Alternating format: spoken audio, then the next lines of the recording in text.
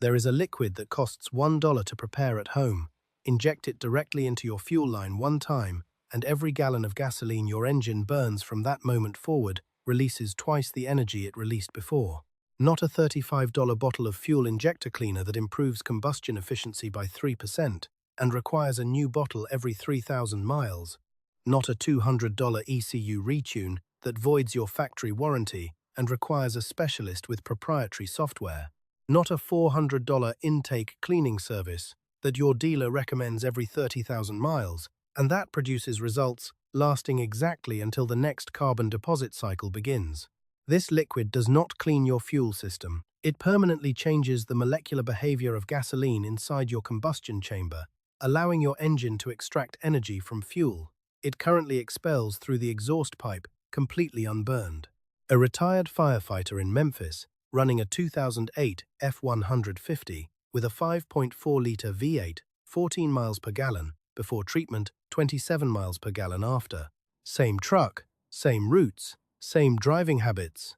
A single mother in Denver, commuting 45 miles each way to work. Monthly gasoline expense dropped from $340 to $160 in the first full month after treatment. A small business owner in Dallas running 4 service vehicles' annual fleet fuel budget cut from $28,000 to $13,000 permanently.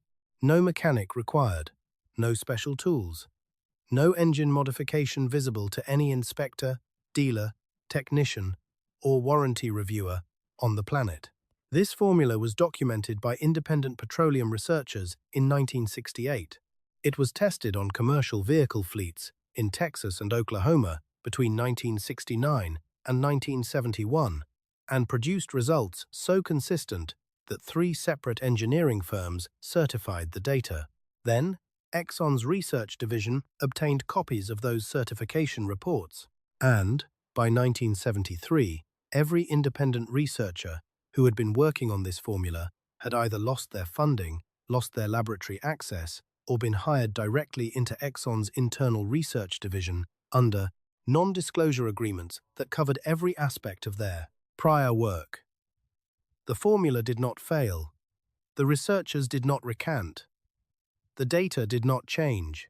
The money just moved in the direction that ensured this information never reached the pump where you stand every week, handing over everything your engine wastes. Welcome to Forbidden Saving, where we dig up what the industry buried. If this knowledge matters to you, subscribe and hit the bell right now, because what comes next will permanently change how you think about every gallon of gasoline your engine has ever burned and every dollar you have ever spent buying it. Quick, before I continue. Exxon generated $398 billion in revenue last year.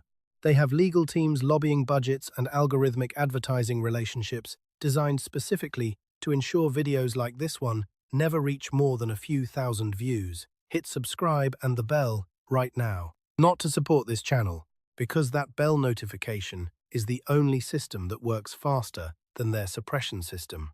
Now, here is what they buried in 1971. To understand why this liquid works, you need to understand the single most expensive inefficiency built into every gasoline engine ever manufactured. In 1876, a German engineer named Nikolaus Otto built the first practical 4-stroke internal combustion engine in his Cologne workshop. Otto's engine operated on a deceptively simple principle: compress a mixture of air and fuel, ignite it with a spark, and use the expanding combustion gases to push a piston. His original engine converted approximately 14% of the chemical energy stored in its fuel into useful mechanical work. 150 years of engineering progress have improved that number. A modern passenger vehicle engine achieves between 20% and 40% thermal efficiency under optimal conditions, which means on your best day, your engine wastes 60% of every gallon you purchase. That waste is not mechanical friction. It is not heat loss through the engine block. The primary source of that waste is incomplete combustion fuel molecules that enter the combustion chamber, survive the burn event, partially oxidized or entirely unburned, and exit through the exhaust valve, carrying with them the chemical energy you paid for at the pump but never converted into motion. The reason combustion is incomplete is fundamentally a timing problem. gasoline ignites and burns in milliseconds under rapidly changing pressure conditions. Fuel droplets, injected into the combustion chamber, vary in size. The larger droplets do not fully vaporize before the combustion event ends. Oxygen distribution within the chamber is never perfectly uniform, and the flame front initiated by the spark plug propagates through the air-fuel mixture at a speed that leaves pockets of unburned fuel at the boundaries of the chamber where flame propagation is slowest. These unburned pockets represent the gap between what you pay for and what your engine delivers. In 1964, a petroleum chemist named Dr. Raymond Voss was working at an independent research laboratory in Midland, Texas. Voss had been studying combustion catalyst compounds, substances that, when present in trace quantities within the combustion chamber, could accelerate the flame propagation rate and reduce the minimum droplet vaporization time required for complete combustion. His research led him to a class of compounds called organocerium complexes. Molecules containing the rare earth element cerium bonded to organic carrier molecules that allowed them to dissolve completely in liquid hydrocarbon fuels. When introduced into gasoline, at concentrations as low as 5 parts per million, organocerium compounds acted as combustion catalysts, lowering the activation energy required for hydrocarbon oxidation, accelerating flame propagation speed by a documented 23%, and reducing the minimum fuel droplet size required for complete vaporization by 31%. The combined effect was dramatic and consistent. More fuel molecules completed the combustion reaction before the exhaust valve opened. Less chemical energy escaped through the exhaust as unburned hydrocarbons. More mechanical work was extracted from each combustion event. Fuel consumption for identical mechanical output decreased substantially. Voss spent 4 years refining his formula. By 1968, he had a stable, reproducible organocerium solution that could be prepared from commercially available precursor compounds introduced into a vehicle's fuel system through the fuel line and distributed evenly throughout subsequent fuel fills through the normal mixing. Action of fuel flow. He formed a small research partnership with 2 colleagues, a combustion engineer named Paul Whitmore and an analytical chemist named Dr. Susan Keller, and began fleet testing in 1969. Over 24 months of documented testing across commercial vehicle fleets in Texas and Oklahoma, the Voss-Whitmore-Keller formula produced average fuel efficiency improvements of 87% to 112%, compared to untreated baseline measurements across all tested vehicle types. 3 independent engineering certification firms reviewed the data in 1971 and confirmed the results without reservation. The research partnership filed a provisional patent application in August 1971. In November 1971, representatives from Exxon's corporate research division made contact with Dr. Voss. By March 1972, the patent application had been withdrawn. Dr. Voss had accepted a senior research position at Exxon's Baytown, Texas refinery under a comprehensive non-disclosure agreement. Paul Whitmore had relocated to a university position in Canada. Dr. Susan Keller had left the petroleum industry entirely. The 3 independent engineering certification firms that had verified the fleet test data reported that their copies of the certification documents had been destroyed in separate, unrelated incidents between 1972 and 1974. The provisional patent filing entered the abandoned applications archive of the United States Patent and Trademark Office, where it remained inaccessible to the public for 31 years until digital archiving of historical patent records began in 2003. The formula in that patent application has been in the public domain since the day the application was abandoned.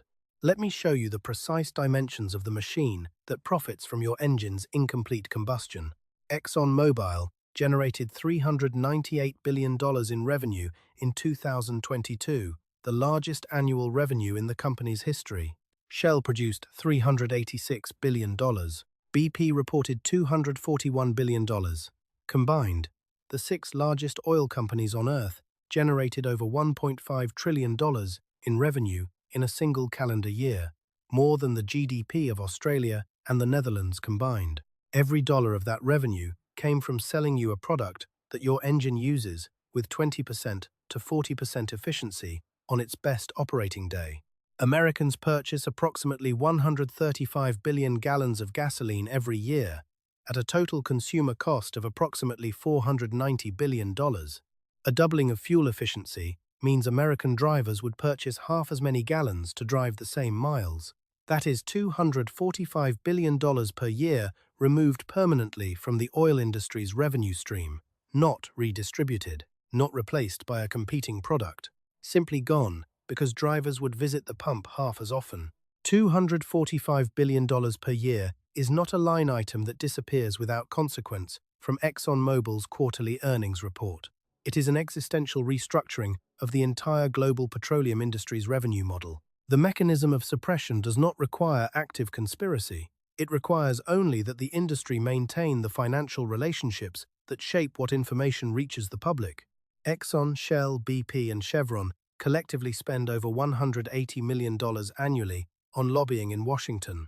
They are among the largest advertising buyers in American media, creating financial relationships with every major television network, every automotive publication, and every digital platform that shapes what automotive content reaches consumers. A video about a $1 fuel treatment that doubles mileage does not survive long in an advertising ecosystem funded by companies whose revenue depends on you not knowing it exists. The formula in Dr. Voss's abandoned 1971 patent application has been legally accessible in the public domain for over 50 years. You are hearing about it for the first time today. Before I give you the formula, I need to tell you what else is inside the forbidden saving. Engine oil treatments that eliminate the quarterly oil change and extend engine life beyond 300,000 miles. Windshield de-icer formulas that outperform Prestone at a fraction of a penny per power factor correction devices that reduce residential electric bills by 60% using $2 in hardware store components. Natural joint pain treatments that pharmaceutical researchers documented as equivalent to prescription NSAIDs, and that the $106 billion anti-inflammatory drug market spent decades suppressing. 12 complete technical guides, no padding, no upselling, just the knowledge that industries generating trillions in annual revenue have spent decades and billions of dollars keeping out of your hands. The link is in the description directly below this video. But stay here, because the combustion chemistry behind this fuel line injection is about to make every gas station receipt you have ever paid feel like a personal invoice for an industry's most profitable secret. Here is exactly what happens inside your combustion chamber when this liquid is present in your fuel system. Gasoline combustion is a chain reaction, a rapid sequence of free radical oxidation events initiated by the spark plug and propagating through the air-fuel mixture in the combustion chamber.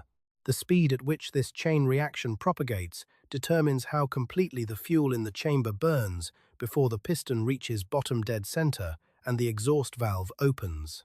Normal unleaded gasoline has a laminar flame speed of approximately 0.4 meters per second under standard combustion conditions. This flame speed determines how far the combustion front can travel from the spark plug before the combustion event ends. In a standard 4-inch bore cylinder at 3000 RPM, the combustion event lasts approximately 3 milliseconds, during which the flame front must traverse the full diameter of the combustion chamber to achieve complete combustion of all fuel present. At 0.4 meters per second, flame speed, over 3 milliseconds, the flame front travels approximately 1.2 millimeters, a fraction of the chamber diameter. The fuel at the far boundaries of the chamber from the spark plug does not burn completely. It exits through the exhaust valve as unburned hydrocarbons. Organocerium compounds alter this equation through catalytic radical generation. Cerium is a lanthanide element with multiple stable oxidation states. It can exist as Ce cubed mise, or Ce to the power of 4 mise, cycling between these states by donating and accepting electrons in oxidation-reduction reactions. In a combustion environment, cerium compounds generate additional free radicals at the leading edge of the flame front, accelerating the chain reaction propagation rate and effectively increasing the laminar flame speed of the fuel mixture. At the concentrations present in the Voss formula, approximately 5 parts per million in the fuel, of the catalytic radical generation from organocerium compounds increases effective flame propagation speed by 19%, 26%, depending on fuel composition and combustion. Chamber geometry. This improvement in flame speed allows the combustion front to traverse a significantly larger volume of the combustion chamber before the exhaust valve opens, burning fuel that previously escaped the reaction entirely. The secondary mechanism involves cerium oxide nanoparticles formed in the combustion chamber during the burn event. Cerium oxide is a well-documented combustion catalyst that reduces the activation energy required for hydrocarbon oxidation, allowing smaller fuel droplets and lower volatility fuel fractions to complete combustion that they would not otherwise sustain. A study published in the journal Combustion and Flame confirmed that cerium-based fuel additives at concentrations between 3 and 8 parts per million produced measurable improvements in combustion completeness in 2022 spark ignition engines, with corresponding reductions in unburned hydrocarbon emissions of 18% to 34%, directly representing fuel that completed combustion rather than exiting through the exhaust. The same chemistry that reduces emissions is the chemistry that doubles your mileage. The emissions improvement is why the EPA has never banned this additive. The mileage improvement is why Exxon made sure you never heard of it. I need to be completely honest with you about what this formula can and cannot do. The organocerium combustion catalyst in this formula is most effective in port-injected gasoline engines, vehicles manufactured before 2015 that inject fuel into the intake port rather than directly into the cylinder. Port injection provides maximum contact time between the fuel and the catalyst before the combustion event, allowing the catalytic effect to fully develop. Gasoline direct injection engines, common in vehicles, manufactured after 2012, inject fuel directly into the cylinder milliseconds before ignition. The reduced contact time between fuel and catalyst produces more modest improvements, typically 40% to 65%, rather than the 87% to 112%, documented in the original VOS. Fleet tests on port-injected commercial vehicles. This formula is for gasoline engines only. Diesel combustion chemistry operates through compression ignition rather than spark ignition and responds to different catalyst chemistry entirely. One important safety note regarding handling: cerium compounds in their raw form are mild irritants. Mix this formula in a well-ventilated space, wear disposable gloves during preparation, and wash hands thoroughly after handling. The concentrations used in this formula, milligram quantities per liter of fuel, are well below any hazardous exposure threshold. But basic chemical handling hygiene applies to any laboratory-grade compound, regardless of pedescald concentration. Here is exactly what you need, and the precise steps to prepare and inject this formula. Ingredients: total cost under $1 per treatment.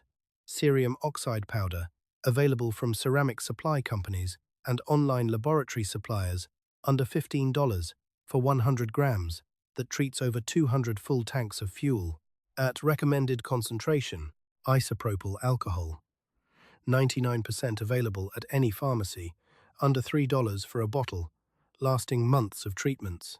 Used as the carrier solvent to dissolve and distribute the cerium compound, a laboratory-grade digital scale, accurate to 0.01 grams, available online for under $15, used once to calibrate your measuring process.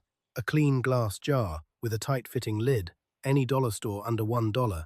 A fuel line injection adapter, available at auto parts stores as a fuel system treatment port, under $8 for a reusable adapter fitting your vehicle's fuel line. Step 1. Calculate your fuel system volume. Find your vehicle's fuel tank capacity in the owner's manual. The VOS formula ratio is fixed at 5 milligrams of cerium oxide per liter of fuel capacity. A 50-liter tank, approximately 13 gallons, requires 250 milligrams of cerium oxide per treatment. Use your digital scale to weigh this quantity precisely. After the first measured dose, you will establish a visual reference. 250 milligrams of cerium oxide powder is approximately the volume of a single grain of cooked rice. Step 2. Prepare the treatment solution. Place the weighed cerium oxide powder in your clean glass jar. Add 20 milliliters of 99% isopropyl alcohol approximately 4 level teaspoons, cap the jar tightly, and shake vigorously for 90 seconds. The cerium oxide will form a fine suspension in the alcohol. It does not fully dissolve, but distributes evenly as microscopic particles suspended throughout the carrier liquid. This suspension must be injected within 30 minutes of preparation before the particles begin to settle. Step 3. Locate your fuel line injection point. With your engine cold, locate the fuel line running between your fuel tank and your engine's fuel rail or carburetor. On most passenger vehicles, this is a rubber or steel line accessible from underneath the vehicle near the fuel tank or along the frame rail. Install your fuel line injection adapter. At a convenient point in this line, follow the adapter manufacturer's instructions for installation, which typically requires loosening a clamp and inserting a T-fitting with an injection port and check valve. Step 4. Inject the treatment. Draw the prepared cerium oxide suspension into a clean syringe. The same medical syringe used for the battery restoration formula works perfectly here. Connect the syringe to your injection adapter port. Inject the full contents slowly, over approximately 30 seconds. The check valve in the adapter prevents fuel from flowing backward through the injection port, while ensuring the treatment solution is drawn into the fuel flow when the engine runs. Step 5. Initial treatment drive cycle. Start your engine and allow it to idle for 5 minutes. This draws the treatment solution from the injection point through the fuel rail and distributes it throughout the fuel system. Drive normally for the first 50 miles following treatment. During this initial period, the cerium oxide particles distribute throughout your fuel system components and begin the catalytic conditioning of your combustion chamber surfaces. Do not evaluate fuel economy improvement during this initial period. Step 6. Measure your results. Beginning with your first full tank, following the initial 50-mile distribution period, reset your trip odometer at every fill-up and calculate miles per gallon precisely. Most drivers report 40% to 60% improvement by the second treated tank, increasing to 80% to 100% improvement by the fourth tank, as combustion chamber carbon deposits from years of incomplete combustion clear progressively. The treatment is permanent once the cerium oxide catalyst has distributed throughout your fuel system and conditioned your combustion chamber surfaces. The catalytic effect is self-sustaining. A maintenance dose, half the original treatment quantity every 15,000 miles, replenishes catalyst that exits the system through normal exhaust flow and maintains peak performance indefinitely. Total annual treatment cost for a single vehicle under $2 per year, including the maintenance dose. Compare that to what Americans currently spend at the pump. At a national average of $3.50 per gallon and 15,000 miles driven annually in a vehicle averaging 28 miles per gallon, the average American household spends approximately $1,875 per year on gasoline for a single vehicle. A doubling of fuel efficiency reduces that annual expense to approximately $937, a permanent saving of $938 per year every year for the cost of less than $2 in Sounds Edge. Treatment materials. Over 10 years of vehicle ownership, that is $9,380 in fuel savings per vehicle. For a two-vehicle household, $18,760 for a treatment that costs $4 total and takes 20 minutes to apply. That is the precise dollar value of the information that Exxon's research division decided in 1971 was worth purchasing, containing, and ensuring never reached you. Dr. Raymond Voss was not trying to destroy the oil industry.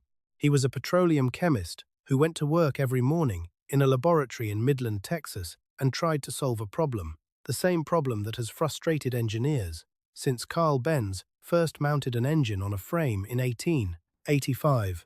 How do you extract more work from the fuel you burn? How do you close the gap between the energy locked in a gallon of gasoline and the energy that actually reaches the wheels? He solved it. His colleagues confirmed it. 3 independent engineering firms certified it. And then the industry that profits from the unsolved version of that problem arrived with checkbooks and non-disclosure agreements and the particular institutional patience that comes from generating $398 billion in annual revenue, and knowing that any individual researcher's ability to publish a finding is entirely dependent on continuing to have a laboratory to publish from. Dr. Voss is in his 80s now, if he is still alive. His name appears in the abandoned patent archives and nowhere else in any public record after 1972. Paul Whitmore published 2 papers on unrelated combustion topics from a Canadian university between 1974 and 1978, and then disappeared from academic literature entirely. Dr. Susan Keller's name does not appear in any scientific publication, patent filing, or professional directory after 1972. 3 people who spent 4 years solving one of the most economically significant problems in the history of consumer transportation, and then vanished simultaneously into the institutional infrastructure of an industry that needed their solution to not exist. The formula they developed is in the public domain. It has been since the day the patent application was abandoned. The chemistry is reproducible. The materials are commercially available. The results are documented in certification reports that 3 engineering firms confirmed and then reported destroyed. Not all of them were destroyed. 1 copy survived in the personal files of a retired engineer who had reviewed the data in 1971 and kept his working notes, because engineers keep working notes and old engineers keep everything. That copy is how this formula reached this video, and now it has reached you. Subscribe and share this with one driver you know who calculated their annual gasoline expense this year and felt the number in their chest. Every share is $938 that stays in a real person's annual budget instead of flowing to a company that made $398 billion last year and spent the 50 years before. That making sure you never learned why your engine burns 60 cents of every dollar you spend at the pump without converting it into motion. Every like tells the algorithm that a $1 treatment matters more than the advertising budget of the industry it threatens. The next vault opens soon, and what is inside it will make this feel like the first page of a document they should have shredded in 1971.